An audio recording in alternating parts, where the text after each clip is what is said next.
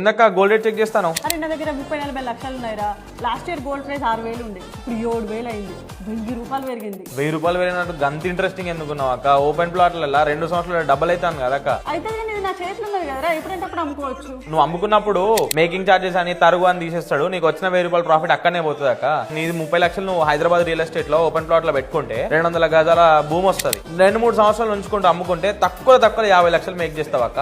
అప్పుడు నువ్వు అమ్మేటప్పుడు నీకు వచ్చిన 20 లక్షల ప్రాఫిట్ మేకింగ్ ఉండదు, తరుగు ఉండదు, ఏం పోదు. మరి అసలు నాకు ఎట్లా తెలుస్తుంది అమ్ముడు పోతుంది అని చెప్పేసి? రైట్ క్వశ్చన్ అక్క. ఇప్పుడు నువ్వు చూసేటప్పుడు నువ్వు బయ్యర్ అక్క. నువ్వు బయ్యర్ గా నువ్వు ఏమేమి చూడాలంటే ఇన్ఫ్రాస్ట్రక్చర్ ఎక్కడ డెవలప్ అయి ఉన్నది, చుట్టుపక్కల ఏం వస్తున్నాయి, ఆడ సర్వేలు అయినాయా, భూమి పూజలు అయిపోయినాయా, కడుతున్నారు ఆల్రెడీ. 2-3 సంవత్సరాలు వాడు ఆల్రెడీ వచ్చి స్ట్రక్చర్ స్టార్ట్ చేస్తాడు. స్టార్ట్ చేసినప్పుడు నీ దగ్గర సెల్లర్ లాగా ఒక పాయింట్ ఉంటుంది, ఏందని అరే ఇక్కడ కడుతున్నాడు, నెక్స్ట్ ఇంకో 5 years లో మొత్తం కన్స్ట్రక్షన్ అయిపోయేసరికి భూమి అయిపోతుంది అని చెప్పి. ఆర్ఎల్స్ 3 years లో నీకు ఇంకా అక్కడ ఎక్కువ వాల్యూ యాడ్ చేద్దాం అనుకుంటే లోన్ తీసుకొని ఒక మంచి G+2 అన్న G+1 అన్న కన్స్ట్రక్ట్ చేయి, ఇల్లు లాగా అమ్ముకో, మస్తు పైసలు మేక్ చేస్తావు.